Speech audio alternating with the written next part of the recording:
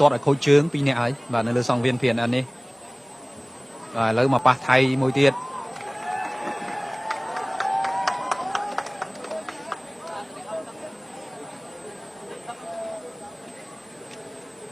hai là cú ni mới tới chọc pram tắc ấy lục lục trang thi tam bát bị sát bao lục ខ្ញុំគិតថាប្រហែលជាត្រឹមទឹក3 tầm tắc tí bay à បាទ khả năng cái này nó អាចសែនរ៉ាឌីនេះគឺការទូទាញមុន bà សុំទោសបាទខ្ញុំគ្រប់ត្រូលសែនរ៉ាឌីដែរនិយាយលាក់បាំងអីបាទក៏ប៉ុន្តែអ្វីលើសង្វៀនបាទព្រោះកម្ពុជាគឺត្រូវគ្រប់គ្រងកម្ពុជាអញ្ចឹងហើយបាទបងប្អូនទស្សនាទីនេះក៏គ្រប់គ្រងកន្លះកោសែនរ៉ាឌីដែរ ប្រកួត ដែលការថាទីបាយគឺឈោនៅលើគោលការណ៍មួយកណ្ដាល ទឹកទី1 សម្រាប់ស្មារតីគ្រប់គ្រងគឺកន្លះកោកម្ពុជា rồi để ban miền Trung là cái là co sai đi cái váy cứ toàn chữ toàn váy mùi mùi sinh chừng hơi bị giặt anh men tên ban phê ban trâu hay phê giặt giấy đôi điện không hành tích con tay tư đang là ban bên đúng không បាទចាប់ដើមទឹកមួយក៏មិនលិចតាមពិតទៅគាត់វាយឆ្លាតណាស់បាទតាំងពីដើមមកតែគាត់ឈ្នះគូប្រកួតគាត់អត់ចេះតែចូលដើរកំរោលទេបាទភាគច្រើនគាត់ចូលគឺមើល chẳng bà con mình cầm rau chứ mà ăn đo pram tắc cái đam mưa បាទអាច chứ បាទប៉ុន្តែសែនឌីភាគច្រើនគាត់មិនចង់ឲ្យដៃគូរបស់គាត់ម្លងផុតទឹក3ទេ bà បាទភាគច្រើនចូលទឹក បងប្អូន 2ឡើង យើង ទឹក ដែលកំពុងទេសនាមិនថាទីនេះនៅឯគេឋានគឺបាញ់មិញមង្គលពេជ្រវាយកីឡាករជាសំនៀងសម្លាប់ទឹកទី2អញ្ចឹងគាត់ជាកជ្រោលចង់ឲ្យសែនរ៉ាឌីបញ្ចប់ទឹកទី2ដូចគ្នា បាទ នឹងកជ្រោលទេប៉ុន្តែមែនតើទៅកីឡាករគាត់ដឹងកន្លែងណាត្រូវហូបកន្លែងណាត្រូវមិនហូបហើយ សែន ទូ ឌី ទានកន្លែងខ្លះក៏មិនសូវឆ្ងាញ់ប៉ុន្មាន សែនឌីវាយបាន56ដងហើយអាយុ23ឆ្នាំតែក៏មិនលេចវាយបាន79ដងតែអាយុ19ទេ បាទតែថៃគេសម្បូរមានគូជាង បាទ សែនរ៉ាឌីគឺវាយចាប់ផ្ដើមអស់គូនៅក្នុងស្រុកនឹងអស់តាំងពី 4-5 ឆ្នាំមុននោះ បាទ បាទអស់គូនៅក្នុងស្រុកអញ្ចឹងបានគេយូរគេបានវាយម្ដងអញ្ចឹងតួលេខឬក៏ record នៃការប្រកួតនឹងតែជាង បាទអ្នកដាងពីរនេះសាច់សទាំងពីរណាទាំងកាជាតិទាំងថៃ ដឹកមកជើងរបស់សែនរ៉ាឌី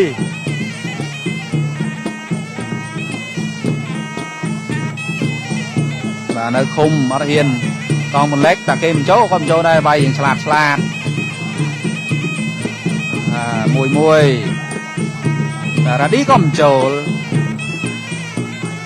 ពួកពីរអ្នកគាត់នេះធ្លាប់ជួបគ្នាណាអត់ធ្លាប់ជួបគ្នាទេ អត់ទេ ប៉ុន្តែគាត់ដឹងពីសែនរ៉ាឌីហើយកងផលិតដឹងហើយមិត្តរួមជាតិរបស់គាត់ប្រហែលអ្នកមកទៅវិញហ្នឹងដឹងហើយគាត់ដឹងហើយ បាទបោះស្ដាមវរឌីមួយមិញបាទល្បីឈ្មោះសែនរ៉ាឌីនៅលើសង្វៀនប្រទេសខ្មែរយើងនេះរ៉ាឌីក៏ធ្លាប់ទៅចេញនៅប្រកួតសង្វៀននៅប្រទេសថៃដែរ ហើយឆ្លៀតការនេះក៏សូមអរគុណនៅឧបត្ថម្ភផ្ដាច់មុខក្នុងកម្មវិធីយើងគឺស្រាបេលីអូត្រូវបានចែកចាយដោយយកចិត្តទុកដាក់ពោលគឺចែកចាយទៅកាន់ភ្នាក់ងារលក់រាយតែស្រាបេដែលទើបនាំចេញពីរោងចក្រថ្មីដើម្បីធានាបាននូវរសជាតិនិងភាពស្រស់ថ្មីរបស់ស្រាបេលីអូត្រូវមាត់ត្រូវចិត្តសូមពិសាដោយការទទួលខុសត្រូវ បាទទស្សនាម្ដងទៀតបាទ21វិនាទីទឹកទី1រ៉ាឌីនៅមុខស្មា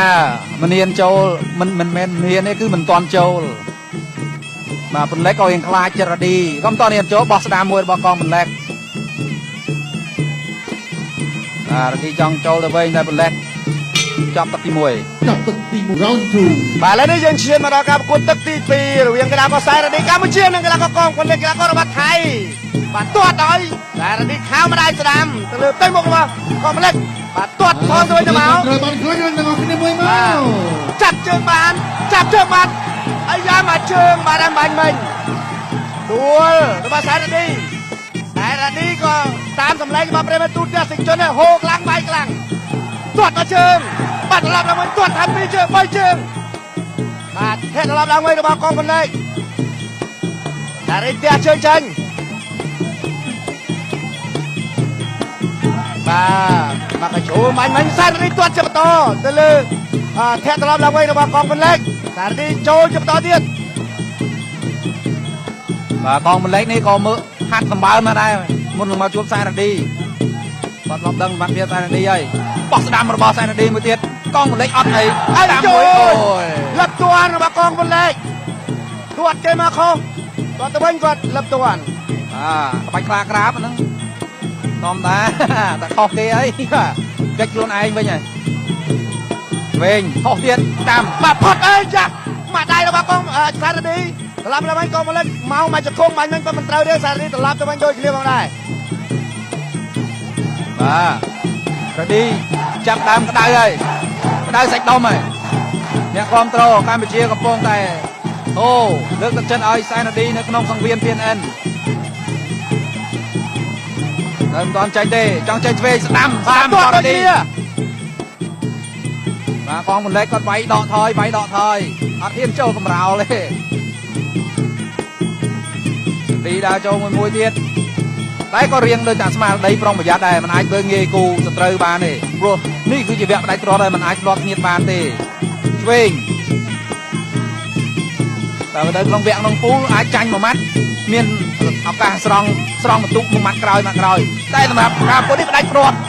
អញ្ចឹងទាំងពីរនាក់គឺសុទ្ធតែប្រយ័ត្នប្រយែងរៀងខ្លួនចាញ់ពីកងឆ្វេងរបស់នេះឆ្វេង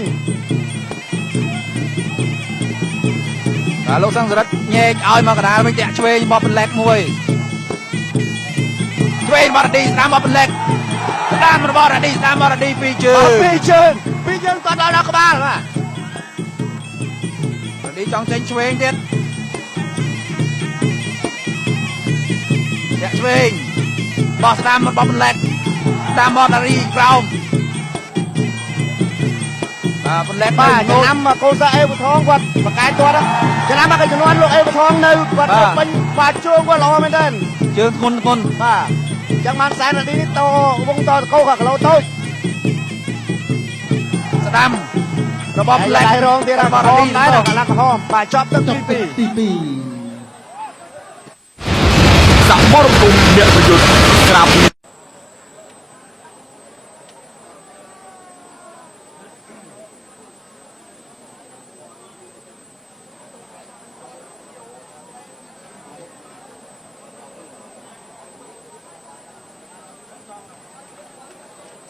បាទឃើញថាបាទបងប្អូនទស្សនិកជនមកគ្រប់ត្រូលទឹកទី2មិញដល់សែនរឌីសំលេងខ្លាំងមែនតើមកក្នុងសង្វៀន PNN នៅក្រៅនោះក៏មានការផ្សាយជាលក្ខណៈមានស្លាយបើដល់សារមនុស្សច្រើនពេកយើងដាក់ស្លាយនៅខាងក្រៅបងប្អូនយើងនៅខាងក្រៅប្រហែលជា 2000 នាក់ទៀតបាទស្រាបៀលីអូមកច្រើនណាស់ទឹកទី3តែខេត្តកដាលហើយខេត្តកំពង់ចាមហើយនឹងយើងជឿជាពេញទឹកទី3ហើយចូលមកលាស្វាគមន៍មកជើងលាបរឌីស្ដាំរបស់បន្លែកតងវិញដែរក្រោមស្ដាំបរឌីមួយទៀតស្ដាំរបស់បន្លែកឆ្វេងស្ដាំរបស់រឌីស្ដាំបរឌីស្ដាំរបស់កងបន្លែករឌីទាត់ខុសអ្នកឆ្វេងរបស់កងបន្លែកឆ្វេងបរឌីស្ដាំបរឌីចាប់ជើងជង្គង់ឆ្វេងរបស់សែនរឌីអោប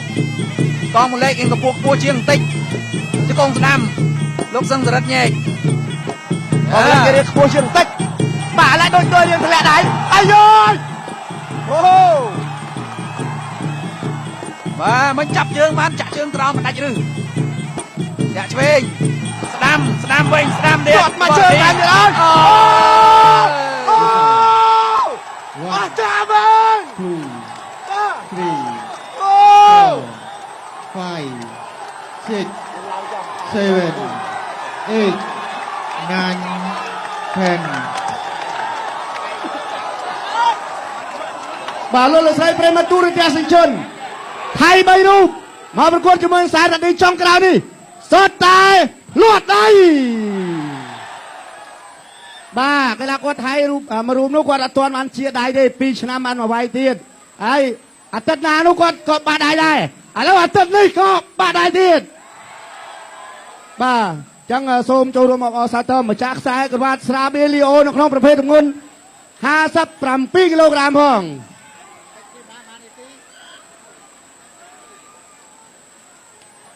បាទប្រិមត្តទូរទស្សនិកជនយើងសល់ការប្រកួតមួយគូទៀតមិនទាន់បញ្ចប់ទេបាទយើងសល់ការប្រកួតមួយគូទៀតហើយក៏មានការអបអរសាទរពីសំណាក់បងប្អូនយើងមកកាន់កីឡាករសារឌីនៅច្រើនកុំតោះណាទៅណាអូបានសំបីទឹកដោយប្រិមត្តទូរទស្សនិកជនចង់បានមែនបាទអញ្ចឹងប្រិមត្តទូរទស្សនិកជនចង់បានសំបីទឹកសារឌីជូនសំបីទឹកបាទឥឡូវនេះខ្ញុំអាចសូមអនុញ្ញាតគោរពអញ្ជើញបាទតំណាងស្រាបៀលីអូមកប្រកួតរង្វាន់លេខ2ជូនដល់កីឡាករ ไทยบ่ากลาก็ไทยกองพลเล็กบ่าเลยปีกองพลเล็กบ่าหลายตำนางนี่เชื่อพวกระบอกกองพลเล็กบ่าลัตพอสมจูนตลอดกลาก็สายรันนี่บ่าวปอสัตโตบ่านี่คือเชื่อลูกกับพวกบังการระบอกกลาก็กองพลเล็กบ่าจูนตะประใบปอนล้าสมานังดับปีเลียนเดียวรวมจมวยนังเปลี่ยนมวยบ่า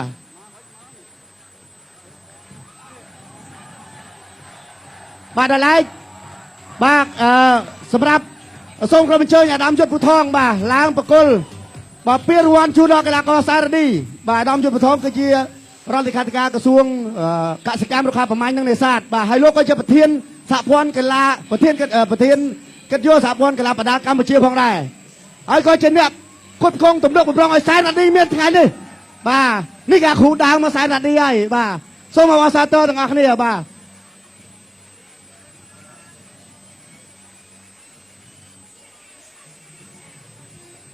บาทรงทอรูปตุกเชียอนุสาวรีย์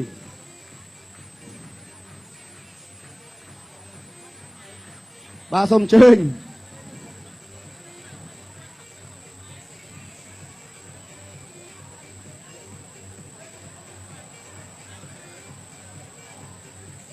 บาคนจานแล้วได้ส้มเชิญสายกวัดให้น้องเปลี่ยนสายกวัดประเภทจำนวน50 ปีกิโลกรัมประมาณสราเบียลิโอกระปูสมบัติภูมิในประจุสราเบียลิโอชูนดอลกีฬากอสายระดีนี่เตียรวันมวยสายกวัดนังตักประจำนวนมาเมินลาสหรัฐอเมริกาเอาบาซาโตกีฬากอสายระดีปัจเจมันถวยไอโลนใส่ไตรมาตูเตียสิจนเคาะเป็นน้องแมนมาเราคนจานให้ชื่อเจ้าทายยังหนึ่งยอกีฬาก็ไทยมาเชื่อมันต้อมาแต่ดามสายกับบ้านด้วยกีฬาก็การเชื่อเฮียนไว้ยูไซนาดีบาราคนจาน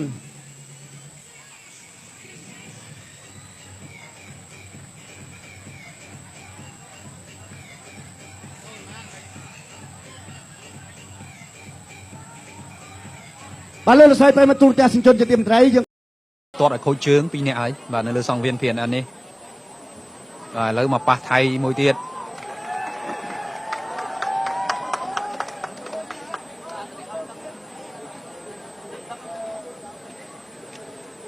มาในกูนี่เมื่อเต้าจอบปรามตึกไอ้ลูกจานที่ตามบัตรพิศาจบอลลูกยำกระทาไปเชียจำตักใบจำตึกที่ใบอ่ะว่าคณะกันเนาะสายรัดดีนี่คือการตัวตีม้นบ่าสมโตแบบยมคอมโตรสายรัดดีได้ใหญ่แหละบางấy và còn mình tay vay lơ song viền và cô Campuchia cứ tới Campuchia chẳng hơi và bom ôn này tôi sẽ nói thì đi có control là con sายรัดดีđấy ประกวดได้การทาที่ไม้คือโชว์เลยโดนการมวยกับดาวตึกตีมวยสมาร์ทคอมโตรคือกีฬาเข้าCampuchia rồi bạn miền Trung là cái là co sài đi cái váy cứ làm toàn chim toàn vải mùi sinh chân hơi bị giặt anh men tên bạn là phê bán trâu hay phê bị giặt giấy đôi điện không hàng tách con tách tư đang là bàn bên đúng không vàจับดามตักมวยก็มันเล็กตามคนเตอร์กอดใบฉลามนะตั้งปีตาเมาแต่กอดเนี่ยกูกอดกอดออดเจ๊แต่โจตากำเราเลยแบบพี่ช้างกอดโจคือมือจังบางคนมันกำเราจังมันดอปรามตะไคร้ดำมือว่าจ้ะว่ามันใต้สารดี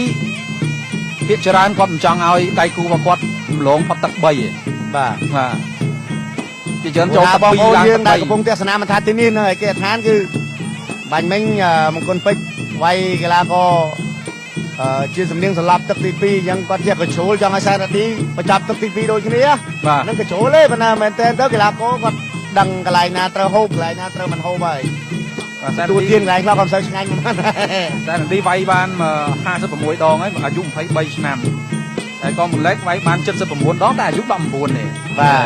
แต่ไทยคือสมบูรณ์เป็นกูเชียงสารดีคือไว้จับดำออกกูนักนงสระนักออกตั้งปีบุญตามชนะมุนเนาะมาออกกูนักนงสระจังไอ้บางเกยูเกบานไฟมาดองจังตัวเล็กหรือก็แรงข้อในการประกวดนักเรียนตาเชียงvà nè đangปีในsách so từngปีnè đang cả theo đang chạy chắc mà chưa là sao ra đi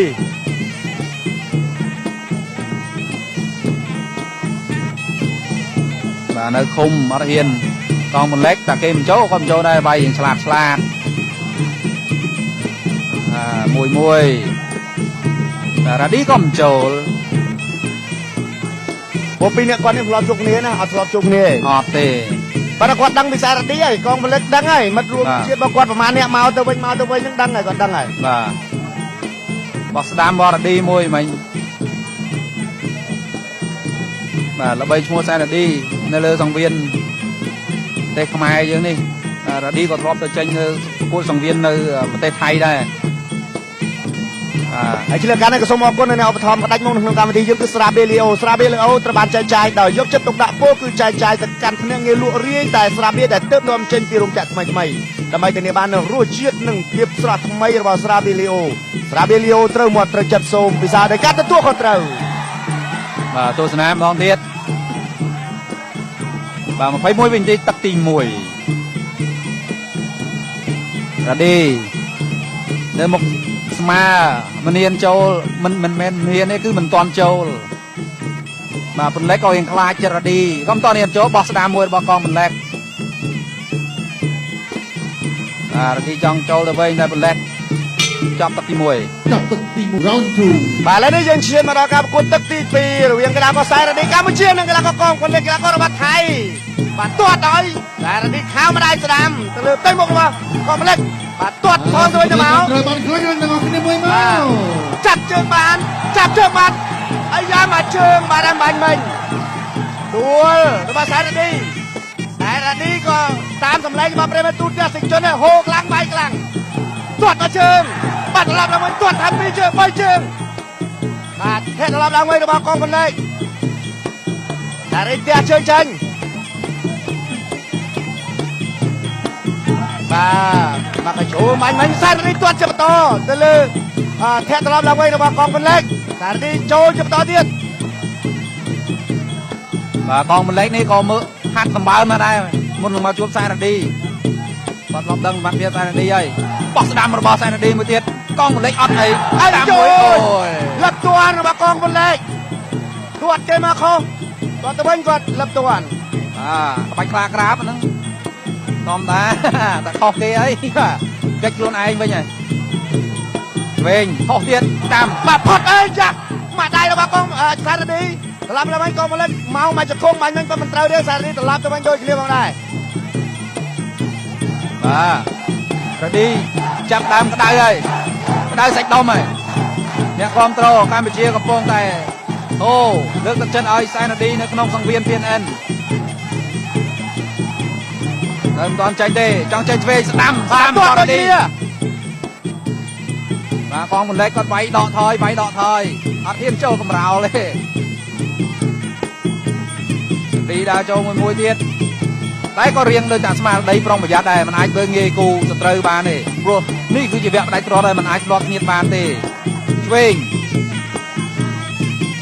តែនៅក្នុងវគ្គក្នុងពូលអាចចាញ់មួយម៉ាត់មានឱកាសស្រង់បន្ទុកមួយម៉ាត់ក្រោយតែសម្រាប់ការពុតនេះផ្ដាច់ទ្រាត់អញ្ចឹងទាំងពីរនាក់គឺសុទ្ធតែប្រយ័ត្នប្រយែងរៀងខ្លួនចាញ់ពីកងឆ្វេងរបស់នេះ លោកសង្សរិទ្ធញែកឲ្យមកកណ្ដាលវិញតាក់ឆ្វេងរបស់បន្លែកមួយឆ្វេងរបស់រ៉ាឌីស្ដាំរបស់បន្លែកស្ដាំរបស់រ៉ាឌីពីរជើងគាត់ដល់ក្បាលបាទរ៉ាឌីចង់ចេញឆ្វេងទៀតតាក់ឆ្វេងបោះស្ដាំរបស់បន្លែកស្ដាំរបស់រ៉ាឌីក្រោមបន្លែកបាទចំណាំកូនសាអេវថងគាត់បកកាយទាត់ចំណាំមកជំនាន់លោកអេវថងនៅគាត់ពេញបាទជើងគាត់ល្អមែនទេជើងធ្ងន់បាទអញ្ចឹងបានសារ៉ាឌីនេះតវងតកោគីឡូតូចស្ដាំរបស់បន្លែករងទៀតរបស់រ៉ាឌីដែរកន្លះក្រហមបាទចប់ទឹកទី2 សមរភូមិអ្នកប្រយុទ្ធក្រាប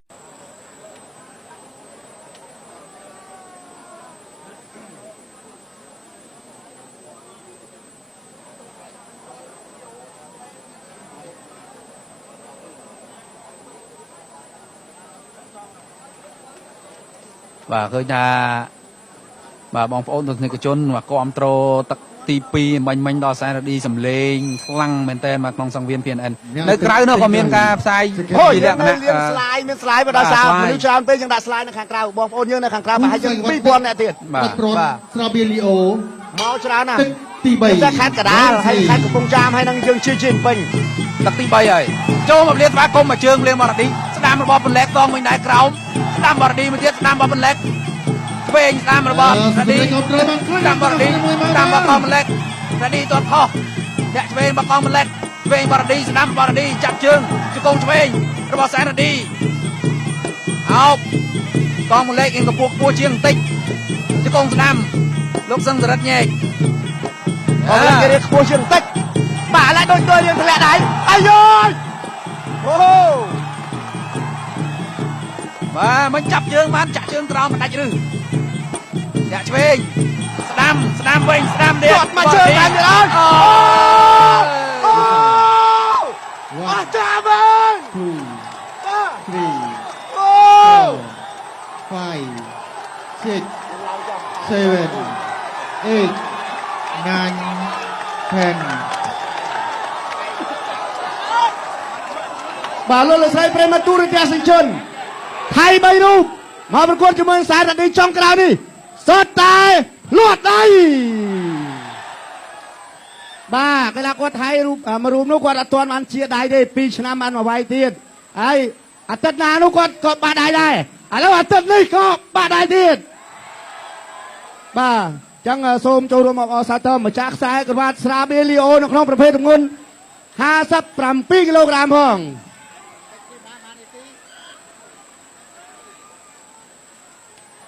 បាទប្រិមត្តទូរទស្សនិកជនយើងសល់ការប្រកួតមួយគូទៀតមិនទាន់បញ្ចប់ទេបាទយើងសល់ការប្រកួតមួយគូទៀតហើយក៏មានការអបអរសាទរពីសំណាក់បងប្អូនយើងមកកាន់កីឡាករសារឌីនៅច្រើនកំតណាទៅណាអូបានដើម្បីទឹកដោយប្រិមត្តទូរទស្សនិកជនចង់បានមែនបាទចឹងប្រិមត្តទូរទស្សនិកជនចង់បានដើម្បីទឹកសារឌីជូនដើម្បីទឹកបាទឥឡូវនេះខ្ញុំក៏សូមអនុញ្ញាតគោរពអញ្ជើញបាទតំណាងស្រាបៀលីអូមកប្រកួតរង្វាន់លេខ2ជូនដល់កីឡាករថៃបាទកីឡាករថៃកងពលិចបាទលេខ2កងពលិចបាទឥឡូវតំណាងនេះជាឪពុករបស់កងពលិចបាទលទ្ធផលសូមជូនទៅដល់កីឡាករសែនរ៉ាឌីបាទបងសាទរបាទនេះគឺជាលោកឪពុកបង្កើតរបស់កីឡាករកងពលិចបាទជូនទឹកប្រាក់$3000ស្មើនឹង12លានរៀលរួមជាមួយនឹងពានមួយបាទ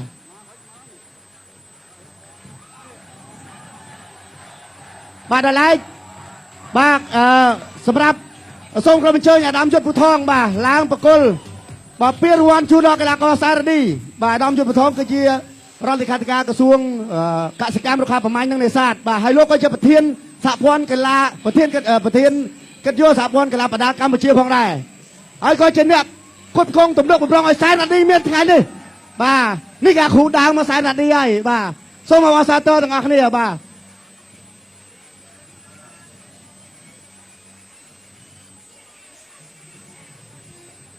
ទសូមថតរូបទុកជាអនុស្សាវរីយ៍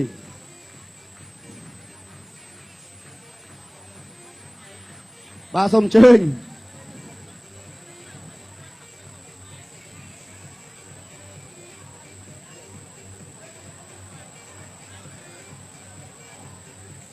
បាទគាត់ច្រើនឡើយសូមអញ្ជើញខ្សែក្រវ៉ាត់ហើយនឹងពានខ្សែក្រវ៉ាត់ប្រភេទទម្ងន់57គីឡូក្រាមរបស់ស្រាបៀលីអូកពូលសមរភូមិអ្នកបញ្ជាស្រាបៀលីអូជូនដល់កីឡាករសែនរ៉ាឌីនេះពានរង្វាន់មួយខ្សែក្រវ៉ាត់និងទឹកប្រាក់ចំនួន$10000សហរដ្ឋអាមេរិកបាទអបអរសាទរកីឡាករសែនរ៉ាឌីពិតជាមិនធ្វើឲ្យលោកស្រីប្រិមត្តទូរទស្សនិកជនខកបំណងមែនបាទអរគុណច្រើនហើយជឿជាក់ថាយើងនឹងយកកីឡាករថៃមកជាបន្តមកដណ្ដើមខ្សែក្រវ៉ាត់ឬក៏កីឡាករកម្ពុជាដែលហ៊ានវាយជាមួយសែនរ៉ាឌីបាទអរគុណច្រើន